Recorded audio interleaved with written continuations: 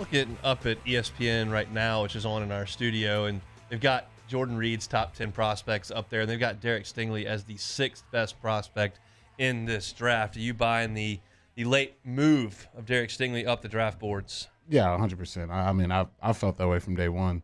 When some people, I saw it like maybe a couple weeks ago that they didn't have him in the first round at all, and I just started laughing at that. Well, that's insane. I found that very strange. I found it very funny. I just didn't see how a guy that played that well and has the athletic ability that he has is going to slide that far. So I think you definitely can start believing the buzz.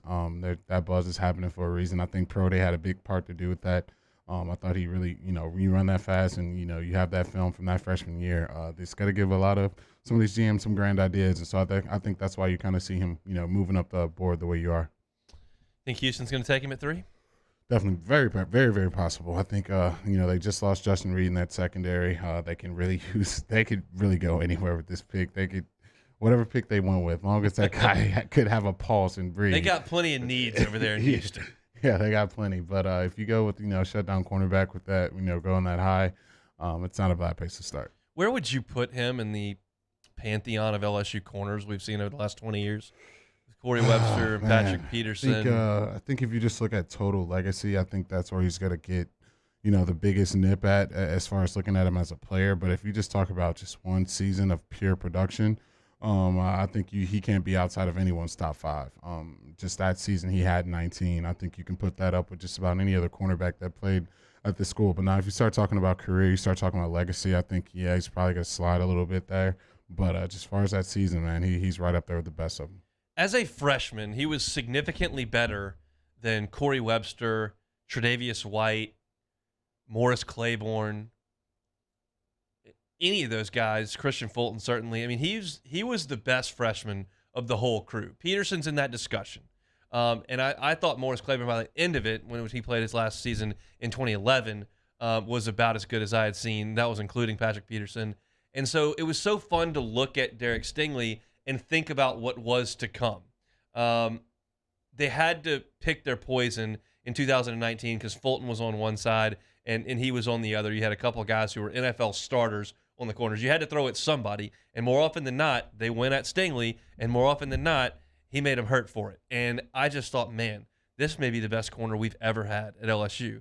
And maybe it was. We just never saw it. And so I would absolutely go ahead and make that pick that early. I think he's got an ability to be one of the best DBs in football if given a clean bill of health and 10 years to play. I really believe that. No, he is, man. He's definitely the moment I laid my eyes on him in 19, I said this is different. You don't see cornerbacks making plays like that. I think the ball skills is what separates him and his ability to play press man on some of the best athletes in the world. You don't find those guys, falling off trees. And so I think for me, I believe in the kid. I think he's super talented. I think he's more competitive than people give him credit for. He just has to, get healthy, go out there. And I think his talent will really show what he can do. Where's Simone Clark fit in this draft puzzle? I saw one today, had him in the 3rd round. I think that's fair. I could see a place where, a team really, they fall in love with him and they really, like what they see.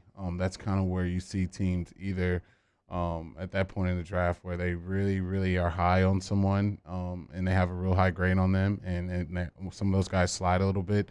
They'll snatch those guys right up there, or some guys, where they feel like other teams, don't value a guy at a certain level. They'll probably, go that in that spot. So I think that's definitely a spot that he can go.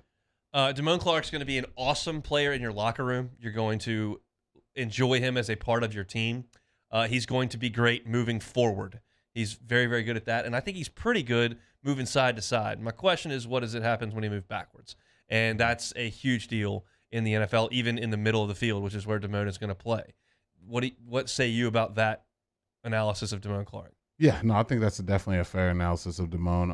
I think for me, it's just very unfortunate for him to kind of be going into this draft in the situation that he is going into it. But I think if he can get those medical reports and get some doctors that believe he can get back to full health, it's going to help him out tremendously because I really do think, he can really play at the next level 100%.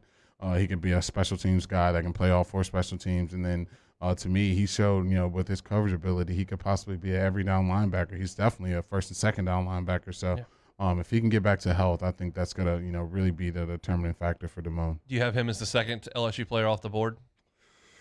I could see a world where Cordell Flott goes higher. I could see a world in that. Interesting. So your other options there after Stingley, it's Damone Clark, Cordell Flott, Neil Farrell, Glenn Logan, Ed Ingram, Austin Deculus, Chasen Hines, Andre Anthony, and a little bit of a wild card, Cade York. He's going to get drafted, and I don't know where it's going to be, but somebody's going to take him. But so you think that Flott is a second guy? Yeah, I think possibly. I think he ran fast enough to garner that attention. He was really, one of the better graded slot corners in all the country last year when healthy. So I think anytime you have a defensive back, that's played in the SEC, that kind of played at a really good level, they're probably going to get the nod over a guy coming off major surgery. So that's why I would say that. Neil Farrell or Glenn Logan, different guys. Obviously, Glenn, a bigger player, but Farrell had more production this past year. What do you say? Yeah, I think both of those guys will get drafted. I'm a little more worried about Glenn, but I think for Neil, I think he did enough and showed enough on film last season. He was in the backfield in a lot of SEC games, and you saw when that defense kind of started playing well through the latter half of the season. Neil was in the middle making a ton of plays. So I think for Neil, I definitely see him, being a guy that definitely gets drafted. And I think Glenn is possible, but it's going to be a little later on. I think in the right spot, Ed Ingram is going to make a team. He was up and down at LSU, but he's got the tools. He's got long arms. He's got pretty good feet. He played a lot of snaps at a very high level. I think he's going to make a team. Where do you think he gets drafted? If so, where? Oh, man. That's a tricky one for me. I think for Ed, the film, especially at a lot of early points this season, wouldn't want what you want to see from a draftable lineman. But I think you look at his raw, just his measurables, his strength, his size. He looks the part. Yeah, I think, you could see a team that, gives him an opportunity as a free agent. I would love all these guys got drafted, but I'm just going with what I possibly think is going to happen. I think he's probably going to be a free agent and get a chance to, try out for a team and see if he can really, be a practice squad or make the roster. But I just don't see it for Ed right now. You obviously, were a pretty high draft choice, but you saw guys that came in as undrafted free agents kind of pick their spot, see where you want to go. Is there value in that as opposed to being a 6th or 7th round pick, or do you think when a team invests a pick in you, they're more likely to keep you around? I think it depends on the organization. I think a lot of organizations, they value the picks a lot more than the undrafted guys, rather than, when I was in New England, Bill Belichick cut a first-round pick after his second season. So it's just, he doesn't care. He don't care. Yeah, so once you get out there, you're just another Patriot until you're not. Yeah, so I think some teams, they'll value those picks. They'll use their 5th-year option and keep trying to kick that can down. Like, man, we used that pick. Like, they try to figure it out. So I think it's more to do with that. But for me, I think from a player's perspective, you want to go undrafted because you get out of your contract. I'm sure baseball players, that's like, well, you're just tied up in a deal for 6, 7, 8 years. It's the same thing with this. Instead of being tied up in the 4-year contract, if you're a 7-year guy, you're in a 2-year deal, and then you can be a free agent and kind of do what you want to do there. So I think for the players, it's better to go undrafted.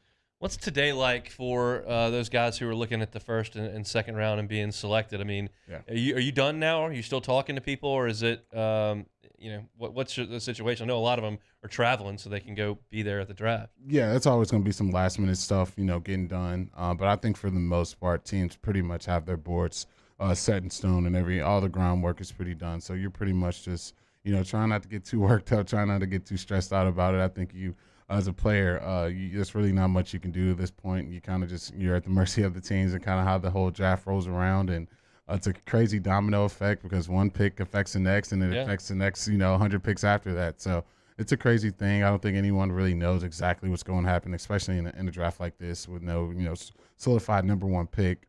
So it's going to get wacky. It's a little weird the day before, but kind of once you wake up. Thanks so much for watching Hunt and Hill on YouTube. Now do us a favor. Hit the red subscribe button below and throw us a like. We'll see you next time.